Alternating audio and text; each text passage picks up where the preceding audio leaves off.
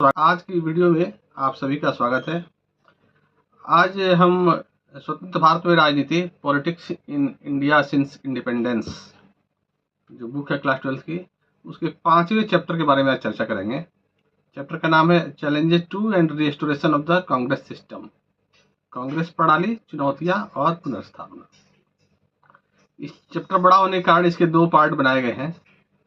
तो ये उसका पहला part.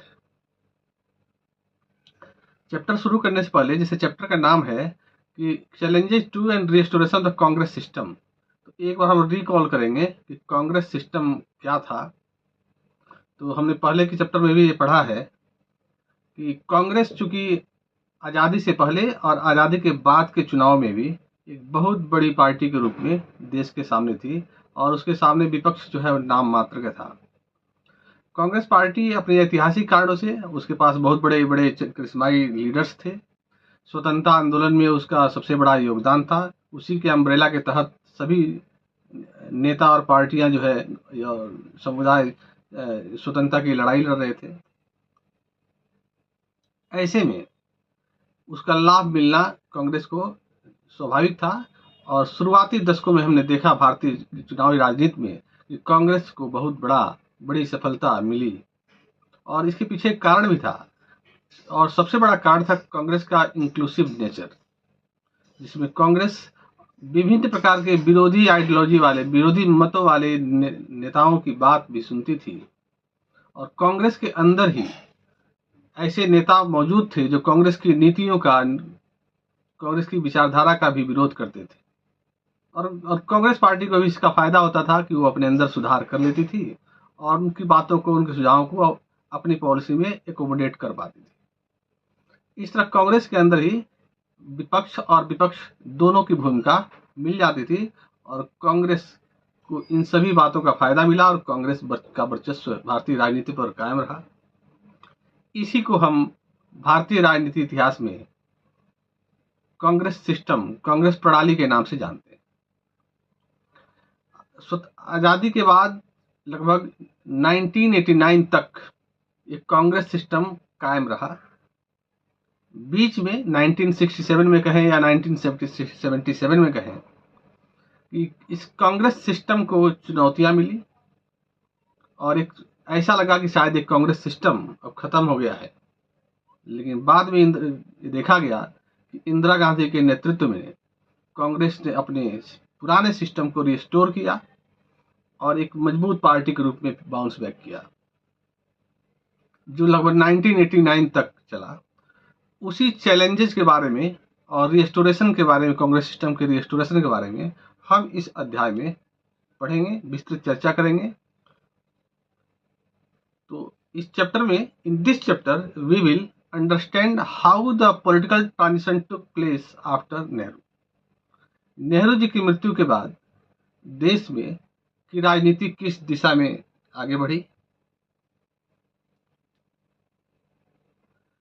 We will describe how the opposition unity and the Congress system, Congress split posed a challenge to Congress dominance.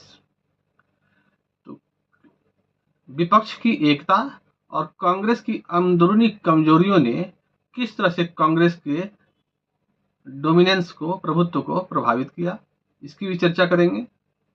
We will explain how a new Congress led by Indira Gandhi overcome these challenges.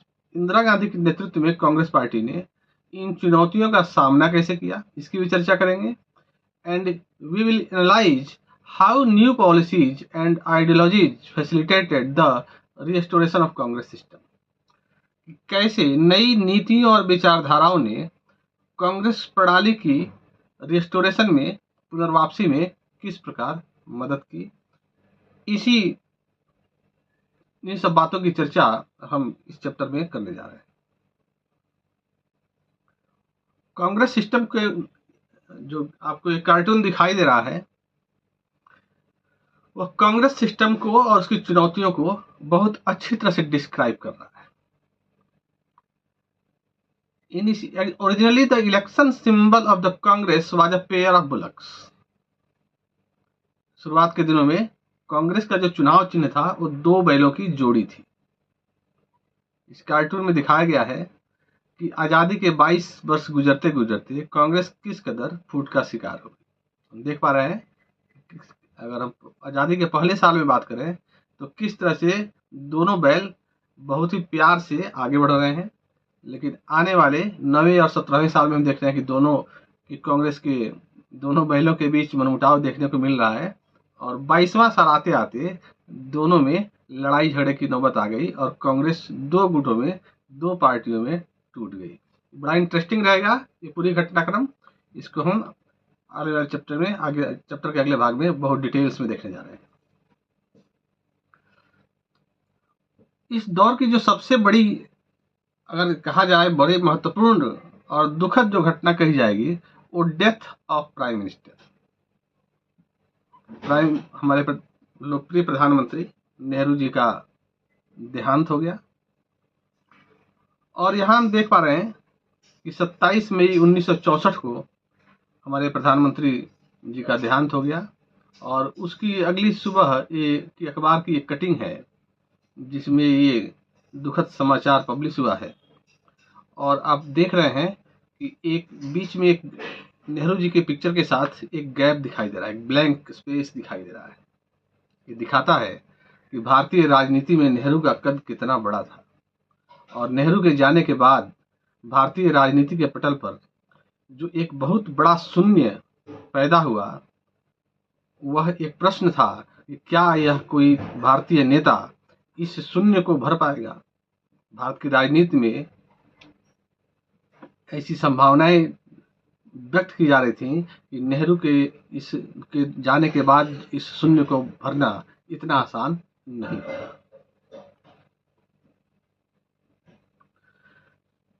तो नेहरू जी के बाद राजनीतिक उत्तराधिकारी, देश की बागडोर किसके हाथ में जाएगी, यह एक देखने वाली बात थी और इसको लेकर दुनिया भर में, देश और दुनिया में बहुत सारी चर्चाएं हो रही थी। नेहरू जी का राजनीतिक कद बहुत बड़ा था। नेहरू जी लगातार आज़ादी के बाद से लेकर अपनी मृत्यु तक लगातार देश को उन्होंने नेतृत्व दिया। देश की विकास की बुनियाद नेहरू जी के द्वारा रखी गई।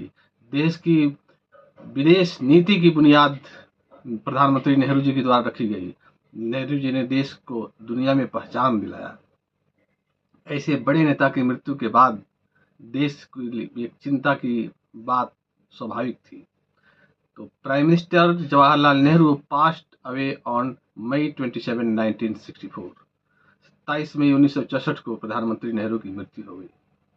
This had generated a lot of speculation about the usual question of succession after Nehru, who सबसे बड़ा सवाल था कि नेहरू जी की मृत्यु के बाद कौन देश की बागडोर संभालेगा।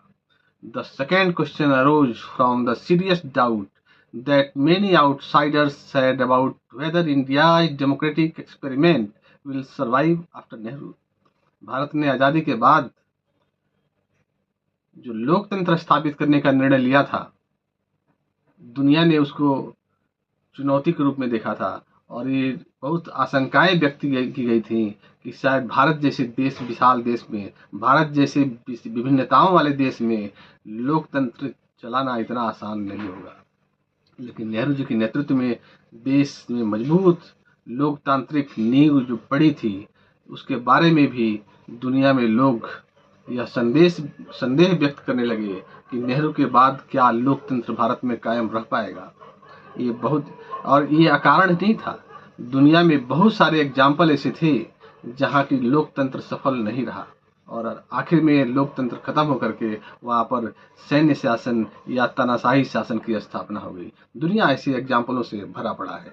लेकिन देखेंगे आगे चल करके कि सौभाग्य से हम भारत में पैदा हुए हैं और भारत में लोकतंत्र की नींव कितनी मजबूत है। आने वाली घटनाओं की चर्चा से हम समझ पाएंगे कि भारत में लोकतंत्र को हटा पाना, लोकतंत्र को खत्म करना आसान नहीं होगा। भारतीय राजनीति में, भारतीय लोकतांत्रिक राजनीति में 1960 के दशक को खतरनाक दशक क्यों कहा जाता है? यह एक प्रश्न है जो बार बार सीबीएसई में ही पूछा जाता है। बड़ा इंपॉर्टेंट प्रश्न है, इसलिए मैंने इसको हाईलाइट भी किया है कि why the decade of 1960 called the dangerous decade. The 1960s were labeled as the dangerous decade when unresolved problems like poverty, inequality, communal and regional divisions, etc., could lead to a failure of the democratic project or even the disintegration of the country. Bharat चूंकि एक गरीब देश था, लंबे समय की गुलामी की दास्ता के बाद आजाद हुआ था और अभी भी यहाँ पर गरीबी, गैर बराबरी, सांप्रदायिक और क्षेत्रीय विभाजन आदि के सवाल अभी भी अनसुलझे थे। संभव था कि इन सारी कठिनाइयों के कारण देश में लोकतंत्र कहीं असफल न हो जाए या कहीं देश खुद ही बिखर न जाए, और साथ ही साथ बहुत सारी घटनाएं हुई थी। देश लगातार गरीबी से जूझ रहा था और इसी बीच हमारे दो लोकप्रिय प्रधानमंत्रियों की भी इस दशक में देहांत हो गया था। वह भी एक हमारे लिए एक खतरनाक, इसीलिए 1960 के दशक को खतरनाक दशक के रूप में जाना गया। नेहरू से शास्त्री तक, from Nehru to Shastri. When Nehru passed away, K. Kamaraj, the president of the Congress party, consulted party leaders and Congress members of the parliament and found that there was a consensus in favor of Lal Bahadur Shastri. जब नेहरू जी का निधन हुआ तो Congress party के तत्कालिक अध्यक्ष के कामराज ने पार्टी नेताओं और कांग्रेस सांसदों से परामर्श किया और यह पाया कि लाल बहादुर शास्त्री के पक्ष में आम सहमति थी। सभी लोग चाहते थे कि लाल बहादुर शास्त्री नेहरू के बाद देश का नेतृत्व करें। उन्हें सर्वसम्मति से कांग्रेस संसदीय दल का नेता चुना गया और इस तरह लाल बहादुर शास्त्री देश के अगले प्रधानमंत्री बने। Shastri was a non-controversial leader from Uttar Pradesh who had been a minister in Nehru's cabinet for many years. He was known for his simplicity and his commitment to principles. Shastri ji Uttar Pradesh के एक गैर विवादास्पद नेता थे जो कई वर्षों तक नेहरू जी के मंत्रिमंडल में रहे। वह अपनी सादगी और सिद्धांतों के प्रति प्रतिबद्धता के लिए जाने जाते हैं। आप सभी जानते होंगे कि नेहरू जो शास्त्री जी एक बहुत ही सादगी पसंद और आइडियोलॉजिकल लीडर है। Earlier he had resigned from the position of railway minister, accepting moral responsibility for a major railway accident. और ये बात यूं ही नहीं कही जाती है। रेल मंत्री के पद पर रहते हुए एक रेल घटना हुई और उसकी नैतिक जिम्मेदारी लेते हुए उन्होंने अपने मंत्री पद से त्याग पत्र दे दिया। ये उनकी सिद्धांत प्रियता को दिखाता है। Shastri was the country's prime minister from 1964 to 1966. Shastri ji 1964 से 1966 तक यानी 2 साल तक देश के प्रधानमंत्री रहे। During Shastri's brief prime ministership, the country faced 2 major challenges. While India was still recovering from the economic implications of the war with China, failed monsoons, drought, and serious food crisis presented a grave challenge. The country also faced a war with Pakistan in 1965. अपने छोटे से प्रधानमंत्रित्व काल में शास्त्री जी को 2 बड़ी चुनौतियों का सामना करना पड़ा। देश अभी भी चीन के साथ हुए युद्ध के आर्थिक प्रभावों से उबर रहा था। असफल मानसून, सूखा, गंभीर खाद्य संकट ने गंभीर चुनौती पेश की। देश में 1962 के चीन युद्ध का असर अभी आर्थिक रूप से हम झेल रहे थे।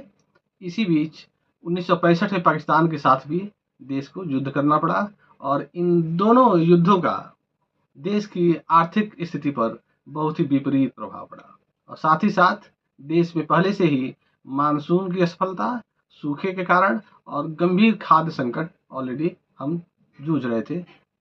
देश के सामने ये 2 चुनौतियां बहुत ही महत्वपूर्ण समय आती है और यहाँ से ये भी देखने को एक सीख मिलती है हमें।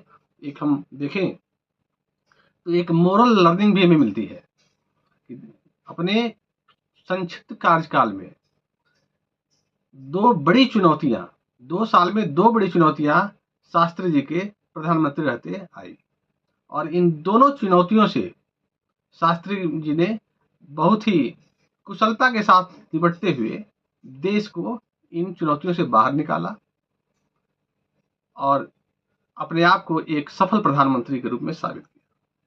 मतलब यह है कि हमें चुनौतियों को एक अवसर के रूप में लेना चाहिए। अगर ये चुनौतियां नहीं होती तो शायद शास्त्री जी इतने महान लीडर साबित नहीं हो पाते, अपनी नेतृत्व क्षमता का इतना अच्छी तरह प्रदर्शन नहीं कर पाते। Shastri famous slogan "Jai Jawan, Jai Kisan" symbolize the country's resolve to face both these challenges. और शास्त्री जी ने एक नारा दिया, जय जवान जय किसान। यानी इस नारे के दौरान उन्होंने ये संदेश दिया कि हम दो जगह हमारे जवान, खेतों में किसान और बॉर्डर के ऊपर आर्मी के जवान, इस मुसीबत से निपटने के लिए दिन रात एक किए हुए हैं, जो उनके चुनौतियों से निपटने के दृढ़ संकल्प को दिखाता है। शास्त्री's prime ministership came to an abrupt end on 10 January 1966 when he suddenly expired in Tashkent, then in the USSR and currently the capital of Uzbekistan. दुर्भाग्य से 10 जनवरी 1966 को ताशकंद में शास्त्री जी का निधन हो गया। ताशकंद उस समय के सोवियत संघ में था और आज यह उज्बेकिस्तान की राजधानी है। He was there to discuss and sign an agreement with Muhammad Ayub Khan, the then president of Pakistan, to end the war. Shastri ji 1965 के युद्ध को समाप्त करने के लिए पाकिस्तान के तत्कालिक प्रधानमंत्री राष्ट्रपति मोहम्मद अयूब खान के साथ चर्चा करने और एक समझौते पर हस्ताक्षर करने के लिए ताशकंद गए थे और वहीं पर उनकी दुखद मृत्यु हो गई। और इस तरह अपने 2 साल के अंदर ही हमारे देश ने एक लोकप्रिय प्रधानमंत्री को खो दिया। शास्त्री जी की मृत्यु के बाद फिर वही प्रश्न देश के सामने था कि अब देश का नेतृत्व कौन करेगा। This time there was an intense competition between Morarji Desai and Indira Gandhi. इस बार हालात अलग थे। इस बार प्रधानमंत्री पद के लिए मोरारजी देसाई और इंदिरा गांधी दोनों के बीच कड़ी प्रतिस्पर्धा थी। Morarji Desai had earlier served as chief minister of Bombay state. उस समय बॉम्बे स्टेट था जो आज महाराष्ट्र और गुजरात स्टेट बना 1960 में। पहले ही एक ही स्टेट था बॉम्बे स्टेट के नाम से। वहां के मुख्यमंत्री थे Morarji Desai. Indira Gandhi, the daughter of Jawaharlal Nehru, had been Congress president in the past and had also been Union Minister for Information in Shastri cabinet. एक तरफ जहां मोरारजी देसाई जी बम्बई राज्य के मुख्यमंत्री रहे, वहीं नेहरू जी की बेटी इंदिरा गांधी पूर्व में कांग्रेस की अध्यक्षा भी रह चुकी थी और शास्त्री मंत्रिमंडल में केंद्रीय सूचना मंत्री के रूप में भी उन्होंने कार्य किया था। This time, the senior leaders in the party decided to back Indira Gandhi. Congress के जो सीनियर लीडर्स थे, जिनको हम सिंडिकेट के नाम से जानते हैं, जिनको हम आगे और भी चर्चा करेंगे, सीनियर लीडर्स ने, कांग्रेस पार्टी के सीनियर लीडर्स ने इंदिरा गांधी को सपोर्ट किया। But the decision was not unanimous. लेकिन निर्णय जो है वो सर्वसम्मति से नहीं लिया जा सका। The contest was resolved through a secret ballot among Congress MPs. और इसके लिए कांग्रेस के सांसदों ने गुप्त मतदान किया। Indira Gandhi defeated Morarji Desai by securing a support for more than 2/3 of the party's MP. लेकिन मतदान का रिजल्ट इंदिरा गांधी के पक्ष में रहा और इंदिरा गांधी ने 2/3 से अधिक सांसदों का समर्थन हासिल करके मोरारजी देसाई को हरा दिया और देश की अगली प्रधानमंत्री बनी। A peaceful transition of power, despite intense competition for leadership, was seen as a sign of maturity of India's democracy. एक तरफ जहां हमने देखा कि प्रधानमंत्री के पद के लिए दो नेताओं के बीच बहुत ही तीव्र प्रतिस्पर्धा थी, कंपटीशन था, लेकिन जो सत्ता हस्तांतरण था वह बहुत ही शांतिपूर्ण तरीके से हो गया। और यह भारत के लोकतंत्र की मेच्योरिटी को दिखाता है कि भारत में लोकतंत्र कितना मजबूत, कितना परिपक्व है कि चुनाव के बावजूद, चुनावी प्रतिस्पर्धा के बावजूद हमारे नेताओं में एक साथ काम करने की गजब की लोकतंत्र के लिए इच्छा है। The senior Congress leaders may have supported Indira Gandhi in the belief that her administrative and political inexperience would compel her to be dependent on them for support and guidance. हमने पहले पढ़ा कि कांग्रेस के जो वरिष्ठ नेता थे, जिन्हें हम सिंडिकेट के नाम से जानते हैं, उन्होंने इंदिरा गांधी को शायद इसलिए समर्थन दिया था कि उनकी प्रशासनिक और राजनीतिक अनुभवहीनता, इंदिरा गांधी प्रशासनिक और राजनीतिक रूप से अनुभवहीन थी, और ऐसा माना जा रहा था कि अगर एक अनुभवहीन व्यक्ति प्रधानमंत्री बनेगा तो वह समर्थन और मार्गदर्शन के लिए सिंडिकेट के नेताओं पर निर्भर रहेगा। Within a year of becoming Prime Minister, Indira Gandhi had to lead the party in the Lok Sabha election. Indira Gandhi के प्रधानमंत्री बनने के एक साल के अंदर ही आम चुनाव होने थे और पार्टी चुनाव में थी। Around this time, the economic situation in the country had further deteriorated, adding to her problems. Faced with these difficulties, she set out to gain control over the party and to demonstrate her leadership skill. इस समय जो चुनाव की परिस्थितियां आई थी 1967 में, उस समय देश की आर्थिक स्थिति अच्छी नहीं थी। कारण हमने पहले देख लिया है कि दो लड़ाइयां देश ने लड़ी, सूखा पड़ा, मानसून फेल हो गया और आर्थिक रूप से देश बहुत चुनौतियों में घिर गया था, जिससे समस्याएं बढ़ गई थी। इन कठिनाइयों का सामना करते हुए इंदिरा गांधी ने पार्टी पर नियंत्रण हासिल करने और अपने नेतृत्व कौशल का प्रदर्शन करने की फैसला किया। अब देश चौथे आम चुनाव में था। The year 1967 is considered a landmark year in the India's political and electoral history. क्यों? 1967 का साल भारत के राजनीतिक और चुनावी इतिहास में अत्यंत महत्वपूर्ण पड़ाव माना जाता है। क्यों? ये प्रश्न है। ऐसा इसलिए कि the Congress party was the dominant political force throughout the country from 1952 onward. This trend was to undergo significant changes with the 1967 election. 1967 के साल को महत्वपूर्ण पड़ाव इसलिए माना गया कि कांग्रेस पार्टी 1952 यानी पहले आम चुनाव के बाद, पहले आम चुनाव, दूसरे आम चुनाव, तीसरे आम चुनाव, तीनों आम चुनाव में हमने देखा कि कांग्रेस पार्टी भारतीय राजनीति में वर्चस्व की स्थिति में थी। There was one party dominance in all these three elections, but in 1967 there was a different scenario. अब माहौल अलग था। इस बार पहली बार, आजादी के बाद पहली बार कांग्रेस को राजनीतिक रूप से कांग्रेस के वर्चस्व को चुनौती मिली। इसीलिए इस साल को हम एक भारत की राजनीतिक और चुनावी इतिहास में एक महत्वपूर्ण पड़ाव मानते हैं। परिस्थितियां कैसी थी? 67 के चुनाव की परिस्थितियां कैसी थी? तो देखेंगे कि यानी किस पृष्ठभूमि में चुनाव हुए। चुनाव जब होता है तो उस समय का माहौल क्या है, इसका चुनाव के परिणाम पर प्रभाव पड़ता है। अगर जनता कंफर्टेबल पोजीशन में है, जनता के पास कोई मेजर चैलेंजेस नहीं है, सब कुछ सामान्य चल रहा है, तो निश्चित रूप से जो रूलिंग पार्टी है उसको फायदा होता है। लेकिन जनता अगर परेशानी में है, समस्याओं से घिरी हुई है, तो रूलिंग पार्टी के मैंडेट जो है वो रूलिंग पार्टी के अगेंस्ट जाता है। एक स्वाभाविक चुनाव का ये परिदृश्य है। तो इसका हम आकलन चुनाव की परिस्थितियां, चुनाव के समय देश की परिस्थितियां कैसी हैं, उसको देखकर हम बहुत कुछ चुनाव परिणाम का अंदाजा लगा लेते हैं। तो कंटेक्स्ट में देखेंगे कि 1967 के चुनाव के समय 1967 के चुनाव किन परिस्थितियों में हो रहे थे।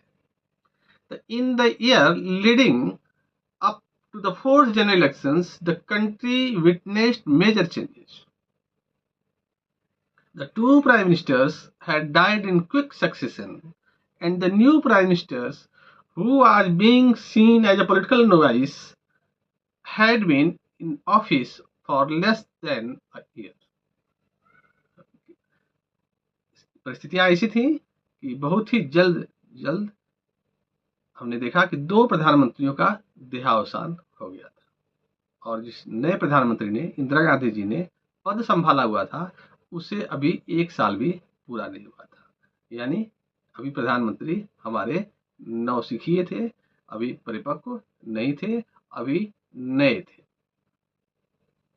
The period was fraught with a grave economic crisis resulting from successive failure of monsoons, a widespread drought, decline in agricultural production, serious food shortage, depletion of foreign exchange reserves, drops in industrial production and exports, combined with a sharp rise in military expenditure and diversion of resources from planning and economic development. परिस्थितियां कैसी थी?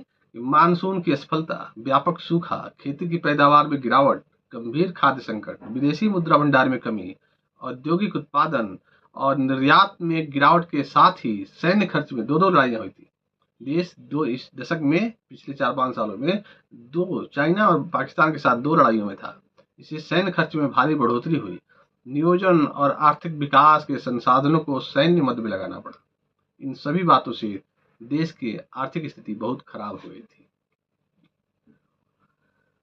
One of the first decision of the Indira Gandhi government was to devalue the Indian rupees. Indira Gandhi की सरकार ने एक बहुत बड़ा कदम उठाया, उन्होंने भारतीय रुपये का अवमूल्यन किया। डिवैल्यूएशन ऑफ इंडियन करेंसी का मतलब होता है कि जब कोई सरकार अपने देश की मुद्रा का दूसरे देश की मुद्रा के साथ, यानी इंटरनेशनल एक्सचेंज के साथ, अपने रुपये के मूल्य को कम कर दिया, उसको डिवैल्यूएशन या अवमूल्यन कहा जाता है। तो इंदिरा गांधी की सरकार ने रुपये का अवमूल्यन किया। ऐसा माना गया, कुछ लोगों का ऐसा मानना था कि रुपये का अवमूल्यन अमेरिका के दबाव में किया गया था। पहले के वक्त में 1 अमेरिकी डॉलर की कीमत 5 रुपये थी, जो बढ़कर 7 रुपये हो गई थी। The economic situation triggered a price rise.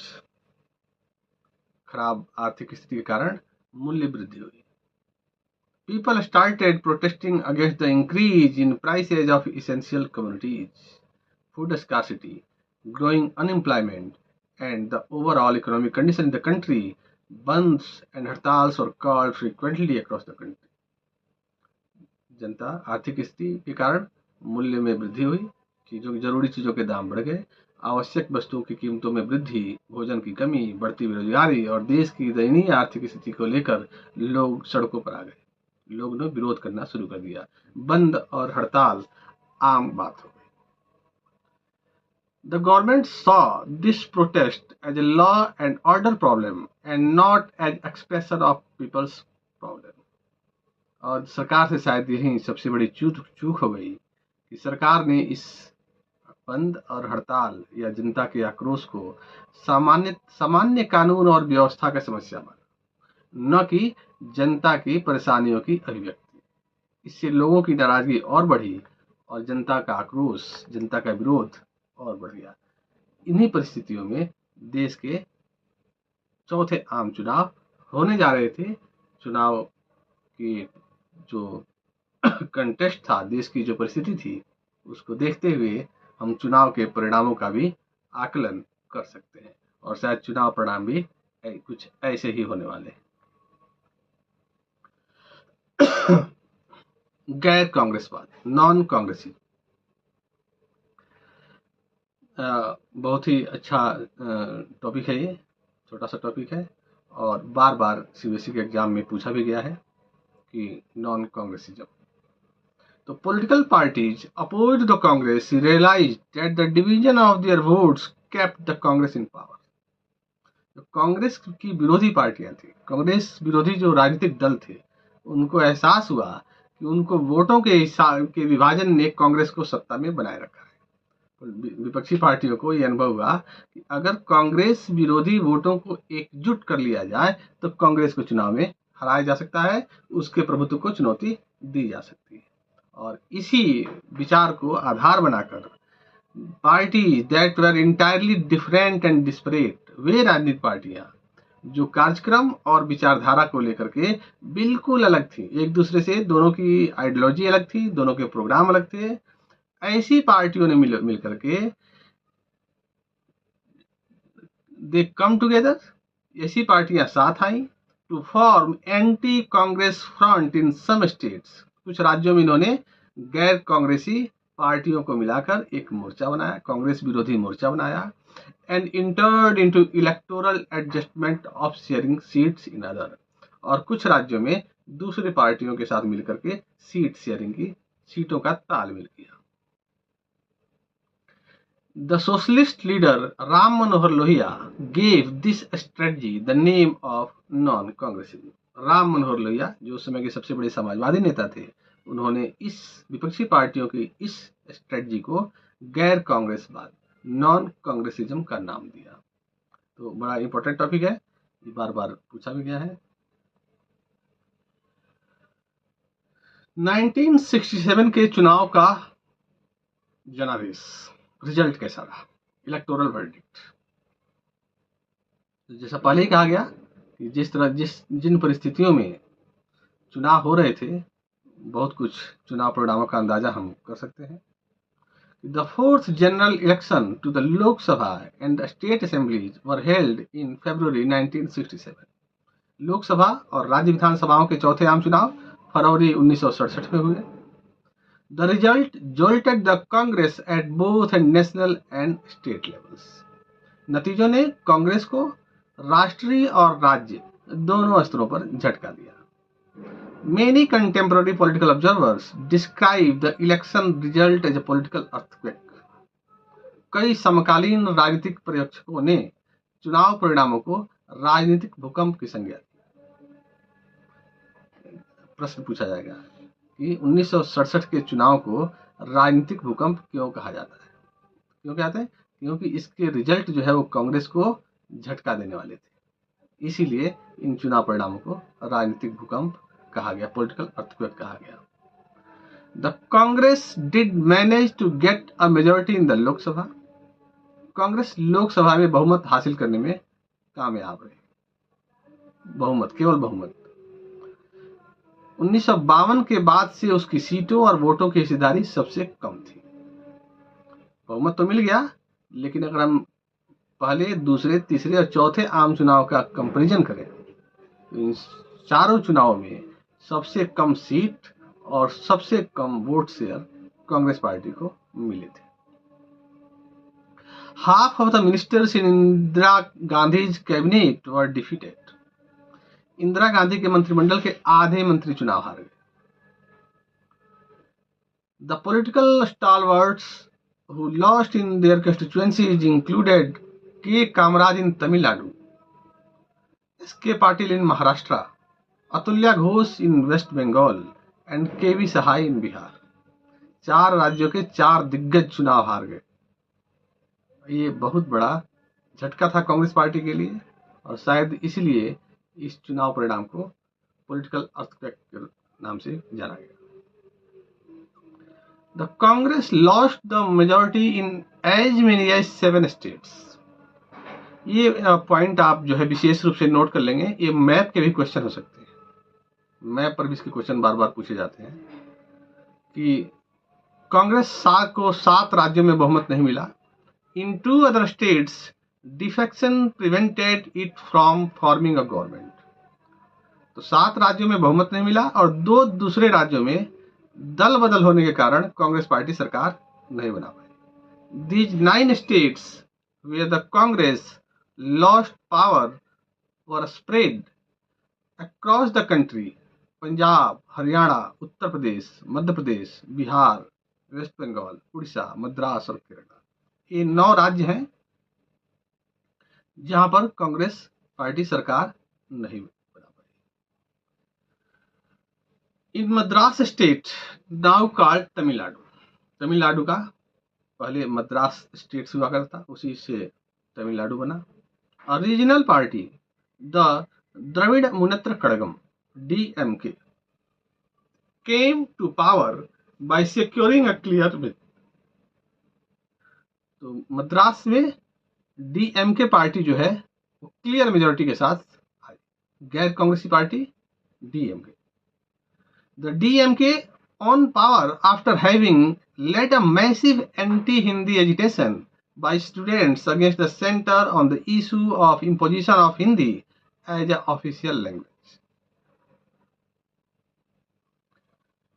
आधिकारिक भाषा के रूप में हिंदी थोपने के मुद्दे पर केंद्र के खिलाफ छात्रों द्वारा बड़े पैमाने पर हिंदी विरोधी आंदोलन का नेतृत्व करने के बाद DMK ने सत्ता हासिल की। DMK की जो राजनीति है वह हिंदी विरोध के नाम पर आई, यानी जो बहुमत प्राप्त किया था DMK ने वो हिंदी भाषा के विरोध के रूप में का नेतृत्व करके किया था।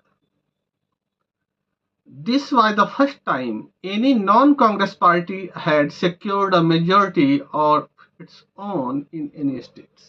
यह पहली बार था जब किसी गैर कांग्रेसी पार्टी ने किसी राज्य में अपना बहुमत हासिल किया था। ध्यान दीजिएगा, देश में पहली बार बहुमत के साथ बनी गैर कांग्रेसी सरकार मद्रास में DMK की थी 1967। इससे पहले भी गैर कांग्रेस सरकार बनी थी 1957 में केरला में, लेकिन उसके पास स्पष्ट बहुमत नहीं था। तो पहली बार किसी गैर कांग्रेसी पार्टी को बहुमत के साथ सरकार बनाने का मौका मिला DMK को Madras. In the other states, coalition government consisting of different non-Congress parties were formed। बाकी राज्यों में गठबंधन की सरकारें बनी। बाकी जो 8 राज्य थे जहां गैर कांग्रेसी सरकारें बनी वो सब कोलिशन गवर्नमेंट थी। A popular saying was that one could take a train from Delhi to Howrah and not pass through a single Congress ruled state। एक कहावत, एक लोकप्रिय कहावत थी कि यदि कोई व्यक्ति दिल्ली से हावड़ा की ट्रेन में बैठता है तो रास्ते में इसको कोई भी कांग्रेस शासित सरकार राज्य नहीं मिलेगा। तो एक कहावत कही गई और उसको हम मैप के थ्रू देख भी पा रहे हैं कि राजस्थान, पंजाब, दिल्ली, उत्तर प्रदेश, बिहार, वेस्ट बंगाल, उड़ीसा, ये एक साथ ही रेड कलर से दिखे हुए गैर कांग्रेसी सरकारें।